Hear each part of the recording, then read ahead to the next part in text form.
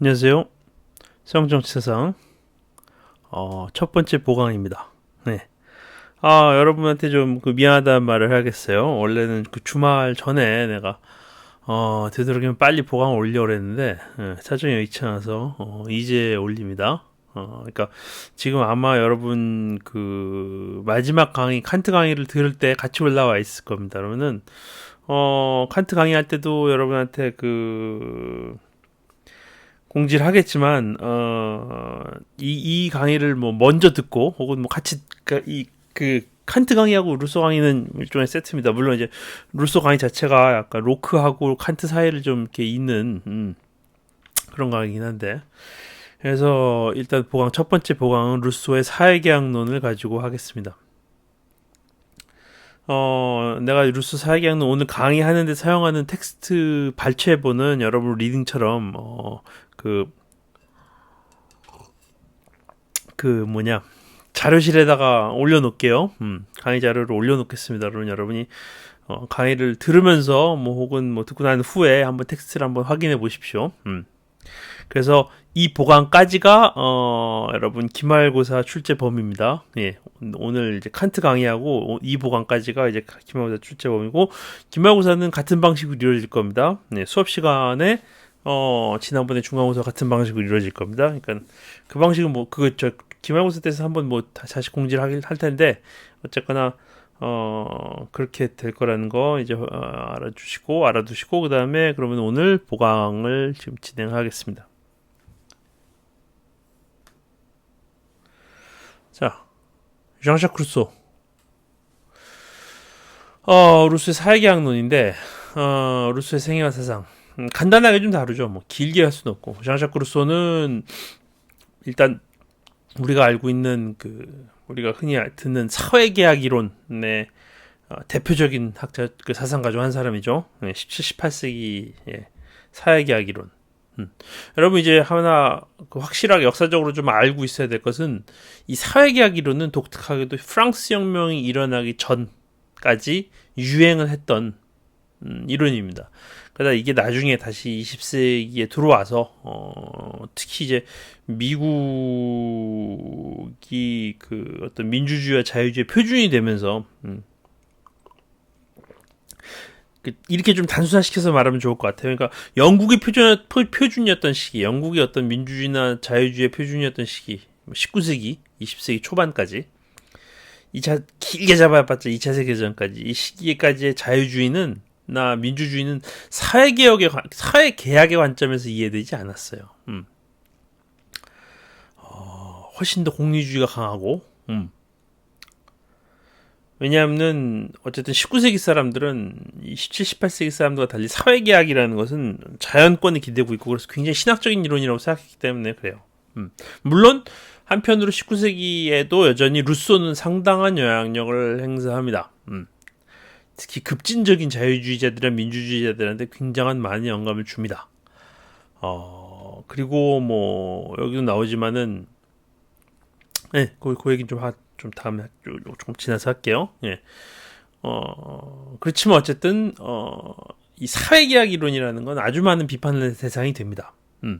19세기에 뭐 민족주의 이런 게 등장하면서 역사주의 이런 게 등장하면서 국가라는 게 어떻게 역사와 각 국가의 역사적인 경험과 무관하게 추상적으로 자연 상태에 있는 개인들이 모여서 국가를 만들 수 있느냐라는 이런 이제 비판이 제기되기 시작합니다. 19세기가 되면은 이미 18세기부터 약간 그게 물론 사람들이 어느 정도 인식은 하고 있는데, 그리고 물론 사회계약 이론가들 혹은 자연권 이론가들이 뭔가 그런 걸 다 무시하는 아주 추상적인 이론만을 제시한 사람은 아니었습니다만 어쨌든. 그래서 제네바 공화국 18세기에까지 있었던 그러니까 이 프랑스 혁명 이전까지 공화정이라는 거는 뭐 전에도 얘기했겠지만 도시국가로 존재했었습니다. 미국과 프랑스에서 공화정을 이제 혁명을 통해 세우기 전까지는 도시국가로 존재했는데, 그런 도시국가 공화정 중에 대표적인 국가인 지금은 스위스 연방에 포함되어 있는 제네바 공화국, 마틴 루터와 함께 그 종교 개혁을 이끌었던 종교개혁가인 그장 깔뱅이 사실은 말하자면 헌법을 체계를 세웠던 나라인데 어쨌든 이 공화국의 시민으로 태어나서 여기저기 떠돌다가 결국 절대군주제 국가인 프랑스에 에서 주로 활동을 했던 그런 사상가입니다. 그래서 프랑스의 공화주의 하면은 프랑스 공화주의의 어떤 그 아버지 같은 사람이죠. 루소는. 그리고 근대 민주공화국의 국민주권과 헌법 이론의 선구자입니다. 물론 이제 루소를 그렇게 만든 사람들은 프랑스 혁명 당시 사람들이긴 해요. 루소 자신이라기보다는. 그럼에도 불구하고 이제 오늘 이거 하고 이제 칸트하고 해서 굉장히 중요한 문제인데 이런 문제를 다룹니다. 주권은 국민에 있고 모든 권력은 국민으로부터 나온다라는 게 대한민국 헌법 1조죠. 그렇죠. 1조 2항. 1항은 저희 민주공화국이다고 대한민국 민주공화국이다고. 근데 그렇다면 이렇게 말했을 때 국민이라는 이게 뭘 의미하느냐? 국민은 통치자인가? 피치자인가? 아니면 둘 다인가? 아니면 둘 다가 아니라 좀 다른 것인가? 그러니까 주권이 국민에게 있다고 그랬지 그러니까 국민이 통치라고 있다고 하지는 않거든요. 모든 권력은 국민으로부터 나온다고 하지 국민이 모든 권력을 행사한다고 하지는 않아요. 그럼 국민이 주권자라는 건 도대체 뭘 의미하는 것인가?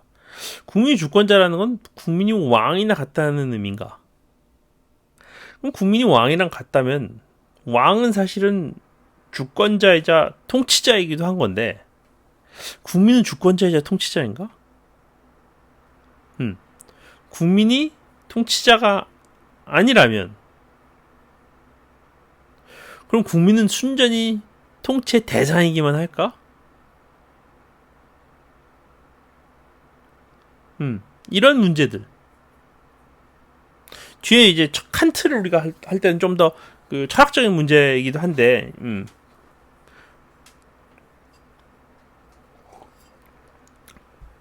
법을 왜 지켜야 하는가?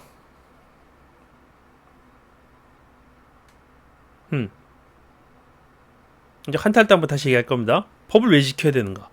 법이 옳은 것이어서 법이 합리적인 것이어서. 근데 만약에 그럼 법이 옳고 합리적인 것이라 한다면 정말로 그게 합리적인 법에서 우리가 지킨다고 한다면 나의 동의와 무관하게 어떤 굉장히 훌륭한 사람이 법을 만들어준다면 우리는 그걸 따르기만 하면 될 것인가?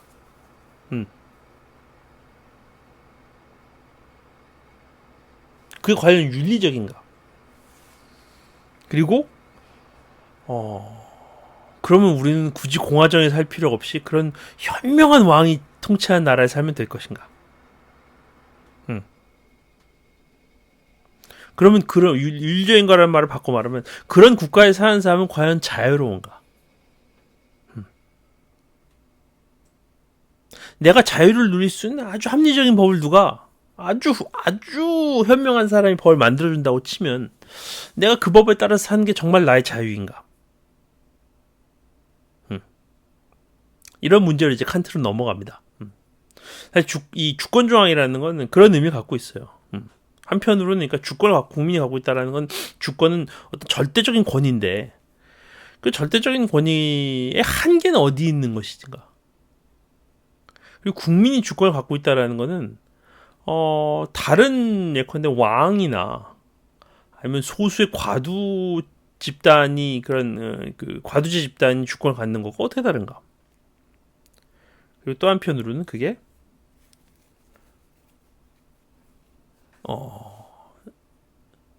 그러니까 내가 법 아래에서 살 때 내가 자유롭다는 건 내가 그 법에 동의했기 때문인가? 아니면 그 법이 정말 내 자유를 지켜주는 합리적인 법에서 그런가? 이 둘을 일치시킬 수 있는 방법은 없는가? 라는 게 이제 이 루소로부터 사실 시작되는 질문이에요. 그리고 그런 점에서 사실 우리의 국민주권 이론이나 헌법 이론은 사실은 모두 어떻게 보면 루소의 자손입니다. 루소의 사상의 계보에 있어요. 그리고 그런 점에서 사실 루소는 프랑스 혁명의 스승이기도 합니다.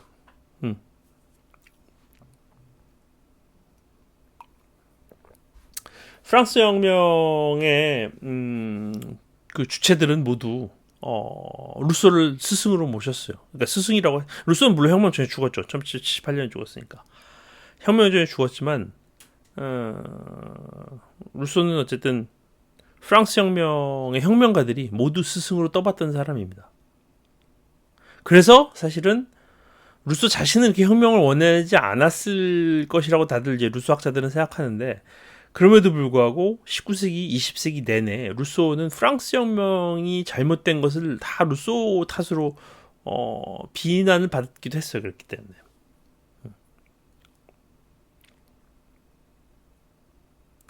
자, 그래서 우리 로크를 다룰 때 이제 얘기가 나왔던 건데, 주권과 정부, 입법권과 행정권을 분리하는 방식으로 사실은 권력 분립을 이야기했습니다. 물론 우리가 지금 알고 있는 행정권, 입법, 사법, 행정의 분리하고는 다른 거죠. 그거는 이제 그 루소보다 조금 먼저 살았던 18세기 이제 계몽주의 공화주의 사상가인 몽테스큐가 사실은 이제 그런 발상을 했던 것인데,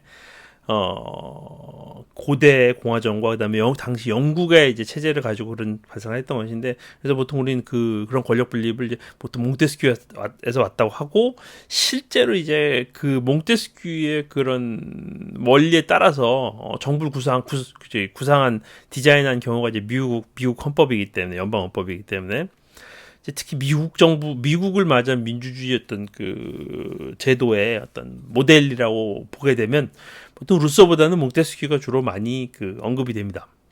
그렇지만 뭐 여러분, 우리 한국도 한국 뭐 연방 국가도 아니고 우리는 양원제 국가도 아니고 단원제 국가잖아요. 이런 여러 가지 것들에 사실 우리는 미국보다는 이런 루소가 생각했던 종류의 모델에서 영감을 받은 프랑스에 사실 가까운 면들이 있어요. 대륙 사실 헌법 나 정부 형태로 보자면 우리는 대륙계에 가깝습니다. 그리고 이제 루소는 주권에서의 민주정을 주장하고 정부에서는 군주정 내지는 귀족정을 주장했던 사람입니다. 그러니까 주권은 최대한 많은 사람이 주권에는 참여하되, 그러니까 입법권에는 참여하되, 그걸 실제 실행하는 단계에서는 한 사람 혹은 소수가 실행해야 된다라고 봤던 사람입니다. 그래서 어쨌든 프랑스 혁명의 스승이었으나, 본인은 그렇게 혁명에 대해서 당시에는 당연히 혁명이라는 거에 대해서 알고 있었어요. 혁명이 일어난다라는 것은 혁명의 의미는 다 알고 있었습니다. 그런데 그런 말하자면 급작스러운 정치 변동이 과연 바람직한 것이냐에 대해서는, 그리고 그런 급작스러운 정치 변동을 통해서 우리가 지금보다 더 나은 체제를 만들어낼 수 있을 것이냐에 대해서는 굉장히 좀 비관적이었던 사람입니다. 본인은. 참, 그러니까 모르겠어요. 이런 걸 아이러니라고 해야 되는지. 본인은 그래서 굉장히 그런 것에서 비관적이었고, 그래서 당대에 이 루소가 사실은 이제 당대에 이미 유명해져서 당대에 이제 여러 나라들에서 제도 개혁을 해야 될 때 어떻게 하면 좋겠느냐는 사실 그 의뢰를 좀 받습니다. 헌법 초안 내지는 개혁안에, 정치 개혁안에 관해서. 근데 루소는 뭐 이렇게 근본적인 정치 개혁을 하는 방식을 원하지 않았고, 기존에 있는 제도들을 최대한 살리는 방식을 원했어요. 물론 나라마다 다릅니다. 뭐 콜시카, 뭐 폴란드 다 이제 여러 나라들의 그런 그 정치 개혁하는 안들을 제시했는데, 나라마다 조금 다르긴 합니다만 어쨌든 기본적으로 좀 그런 면이 있어요. 심지어는 자기가 태어난 제네바 공화국에 대해서도 이제 이중적인 입장을 취합니다. 그러니까 그 귀족 엘리트들이, 과두제 엘리트들이 소수가 권력을 독점하려고 하는 것에 대해서는 굉장히 비판적이긴 하지만, 그렇다고 해서 민주정을 할 수 있을 것이냐라고 생각하지는 않았어요. 그래서 루소 자신 사실은 당대의 문명사회, 우리가 이미 로크에서 이미 어느 정도 약간 그 입맛을 봤죠. 살짝 우리가 봤습니다. 맛을 봤습니다. 어떤 건지. 화폐를 통해서 무한정으로 부를 축적할 수 있는 가능성이 생긴 사회, 상업사회, 시민사회, 이게 사실은 다 그런 의미예요. 당시에 이런 문명사회가 진보가 아니라 사실은 퇴보다. 라고 봤던 사람입니다. 그래서 인류는 고대인들과 같은 이런 자유로운 공화정을 이루고 살 수 있는 시기를 놓쳤다고 믿었던 비관론자입니다. 사실은 그래서 뭐 여러 가지 이제 루소가 특히 오늘 사회계약론에 대해서 얘기하겠지만 사회계약론에서 주장하는 바는 사실은 과거형이에요. 그러니까 이게 여러분 이제 이걸 다 이제 이야기를 듣고 나면 루소를 그럼 어떻게 이해하면 좋을 것인가 약간 여러분 혼란스러울 수가 있는데 루소는 앞으로 우리가 이런 종류의 정치 체제를 만들어 가지고 이런 여러 가지 문제들을 극복할 수 있다라고 믿었던 사람이 아닙니다. 그래서 사실 루소의 대표적인 정치 저작인 루소 굉장히 많은 저작을 남겼는데 그 정치 저작만 놓고 보자면 대표적인 정치 저작인 인간 불평등 기원론 이런 두 번째 논문이라고 불리는 1755년의 논문에서 무슨 이야기를 하냐면 당대 계몽주의자들이 갖고 있었던 문명이나 진보에 대한 낙관주의를 비판하면서 불평등의 기원을 사적 소유가 제도화된 사회에서 찾습니다. 문명이라는 것은 말하자면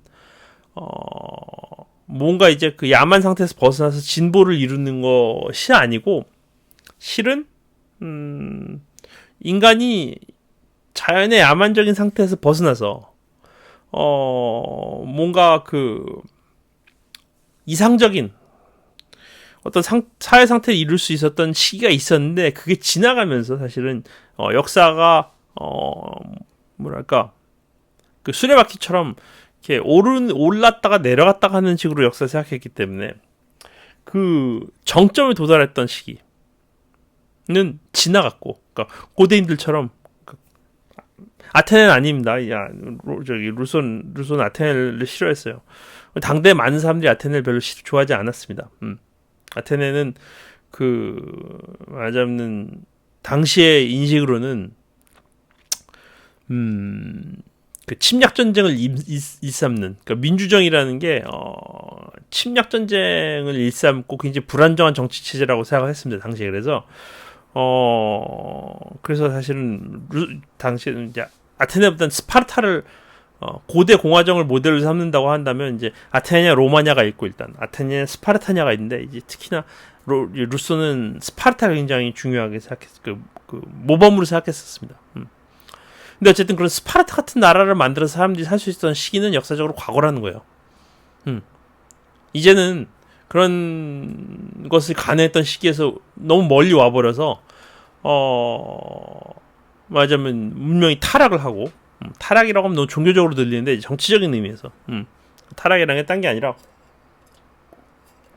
더 이상 그런 자유로운 시민으로서의 자유를 누릴 수 있는 그런 국가를 만드는 그럴 수 있는 시기를 지났다는 거죠.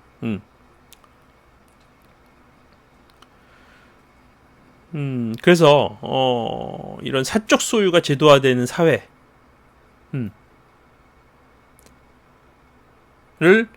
이런 불평등의 어떤 그 원천으로 보고 그러니까 불평등이라는 거는 자연 상태부터 존재하는 게 아니라 실은 인간이 모여서 사회를 이루고 그 사회가 일정 정도 이상의 부를 축적하고 그래서 그 부를 축적하면서 한쪽에서는 사치를 하고 다른 쪽에서는 그 사치한 사람들에 대한 질투심을 느끼고 하는 이런 종류의 단계로 도달할 때 그 불평등이라는 거는 그런 사회에 만연한 어떤 문제인 거죠. 그래서 당대인들의 사실 문제의식은 이거였습니다. 공화주의자의 덕성. 우리 마키아벨리 덕이라고 했었죠. 나라를 사랑하는데 그 나라는 자신을 폭군들로부터 지켜줄 수 있는 그런 공화정이라는 겁니다. 그리고 뭐 아리스토텔레스부터 시작되는 그 문제죠. 우리 아리스토텔레스부터 덕성은 뭐였습니까? 통치와 통치받는 것을 번갈아 한다는 것 이런 것들이죠. 그러니까 말하자면 그 모든 것 사실 지칭하고 있는 것은 지금 우리한테는 잘 와닿지 않지만은 당시 사람들에게는 그런 왕이나 전제군주의 지배를 받지 않는 정치 체제를 어떻게 만들 것인가. 그리고 그 정치 체제를 만들고 유지하기 위해서는 시민들이 그러한 나라에 대한 아주 강한 애착을 갖고 있어야 되는 겁니다. 목숨을 내놓을 수 있을 정도로 그 나라에 대해서. 그래야만 그런 전제군주의 지배로부터 벗어날 수 있는. 근데 그런 나라들이 얼마 없죠, 사실은. 당시로 보자면. 지금이야 우리는 다 민주주의 국가, 대체 다 민주주의 국가에서 살고 있죠. 물론 그렇다고 해서 그런 종류의 전제정 같은 말하자면 그런 다른 사람들에게 종속되고 그런 종류의 일들이 사라지는 건 아니지만 절대 완전히 사라지는 건 아니고 불평등도 사라지는 건 아니지만 어쨌든 그럼에도 불구하고 우리는 훨씬 좀 더 나은 상황에 있죠. 이 사람들 상황에 비해서는. 근데 그런 덕성과 그다음에 이 초기 자본주의가 발전하면서 개인이 점점 더 사적 이익을 추구하게 되는 이 성향 사이에 이 둘을 어떻게 양립시킬 수 있겠느냐? 라는 게 당대 유럽의 계몽주의자들이 풀고자 하는 문제였습니다, 이게. 루소는, 힘들다는 겁니다. 사실은.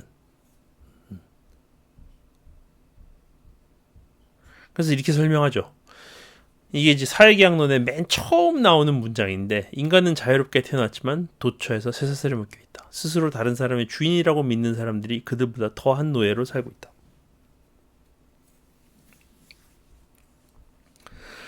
그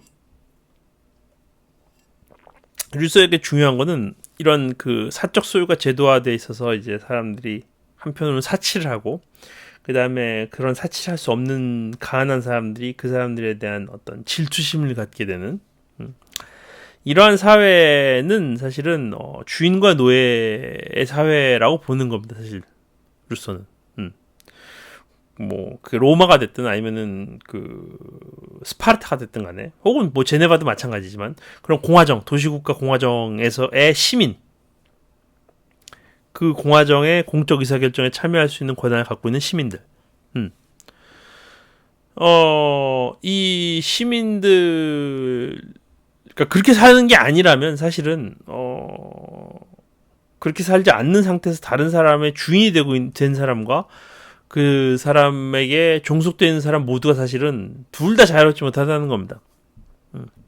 그래서 어떻게 하면 그런 상황에 벗어나서 주인이었던 사람은 동등한 시민으로, 노예였던 사람은 또한 동등한 시민으로 갈 수 있겠느냐.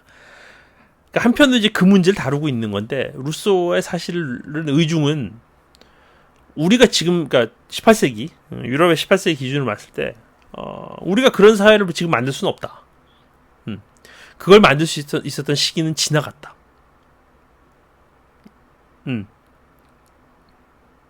하지만, 그럼에도 불구하고, 만에 하나 가능하다면 어떻게 할 수 있을까?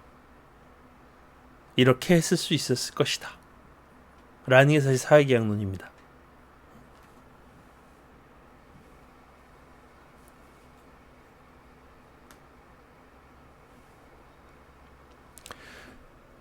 그래서 1권의 5장은 이렇게 말합니다. 언제나 첫 번째 합의로 거슬러 올라가야 한다. 거슬러 올라간다는 말은 그러니까 빈말이 아니에요, 사실은. 언젠가 우리가 그런 첫 번째 합의를 이뤘던 적이 있다는 겁니다. 우리라는 자꾸 얘기하니까 여러분 헷갈릴 수도 있는데 유럽 사람들이 18세기 유럽 사람들을 기준으로 했을 때 이 5장에서 말하려고 하는 건 이겁니다. 어떻게 자연 상태에 고독한 인간이, 그러니까 사회계약 이론가이기 때문에 자연 상태에 고독한 인간. 루소의 사실 자연 상태는 인간이 고독한 상태입니다. 서로 그러니까 전쟁 상태가 아니에요.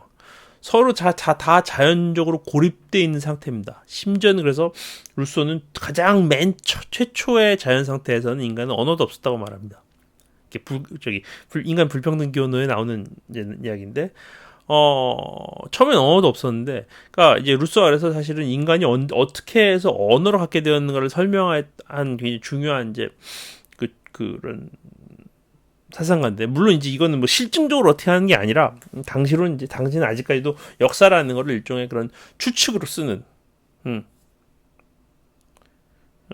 역사를 일종의 그런 이야기로 쓰는 사실은 그런 물론 이제 실증적인 증거가 이런 게 전혀 없는 건 아닌데 아주 사실은 그게 파편적으로 있다 보니까 아직은 그런 지금 우리가 알고 있는 실증적인 역사학이 생겨나기 이전 시대이기 때문에 이 시대에는 사실은 성경과 그 다음에 로마사와 다른 여러 역사들은 사실은 짬뽕을 해가지고 어떤 역사 인간사에 대한 그렇지만 굉장히 그럴듯한 인간사의 그 이야기를 만들어내는 것이 굉장히 당시에는 많은 사상가들이 하던 일이고 그래서 그걸 일종의 뭐 추정 내지는 추측으로 만들어내는 역사인데 근데 이제 그걸 통해서 인간이 어떻게 언어를 갖게 되었는 걸 설명했던 굉장히 독특한 사례입니다. 루소는. 그래서 어쨌든 루소는 자연 상태에서 인간은 완전히 서로 고립된 상태, 서로 만나지도 않고 따로따로 살고 있는 야만적인 상태죠. 그렇지만 야만적이지만 고독하고 그런 점에서는 그 루소는 이제 거기에 대한 그 뭐랄까 그런 인간에 대한 향수랄까 그런 게 있습니다. 그래서 그치만 어쨌든 이런 그래서 고독한 인간의 자연적 자유를 유지하면서 그게 이제 인간의 자연권이 의미하는 자유예요. 사실 루소한테는. 그래서 루소의 자연권이라는 거는 기존의 우리가 뭐 알고 있는 홉스나 로크에 비해서는 훨씬 그 신학적이거나 기독교적인 색채가 덜합니다. 낭만주의에 좀 가까운 면이 있어요. 그래서 낭만주의자들이 사실은 이제 루소에서 굉장히 많은 영감을 얻게 되는데, 그래서 이런 자연적 자유라는 거를 인간의 자연권이 의미하는 이런 고독한 인간이 갖고 있었던 자연적 자유를 유지하면서 혹은 이를 유지할 수 있는 국가를 어떻게 만들 수 있겠느냐. 왜냐면 어쨌든 역사라는 거는 흘러가면서 인간이 원하든 원치 않든 어쨌든 루소는 자연 상태에서 전쟁 상태가 온다고 보긴 해요. 보는데 필연적으로 오는데, 그래서 자연 상태를 그러니까 전쟁 상태를 극복해야 하는 어떤 방안이 필요해지는데, 역사 어떤 시점에 도달하면 그러면 전쟁 상태를 극복해야 할 어떤 국가를 수립하는 거, 사회를 수립하는 것은 뭐 피할 수 없는 과제가 되는 것이고, 그걸 어떻게 할 것이냐의 문제입니다. 그리고 그거를 어떻게 할 것이냐의 해결책으로 나왔던 것이 사실은 첫 번째 합의라는 거예요. 그게 뭔지 조금 끊고 이어서 이야기하도록 하겠습니다.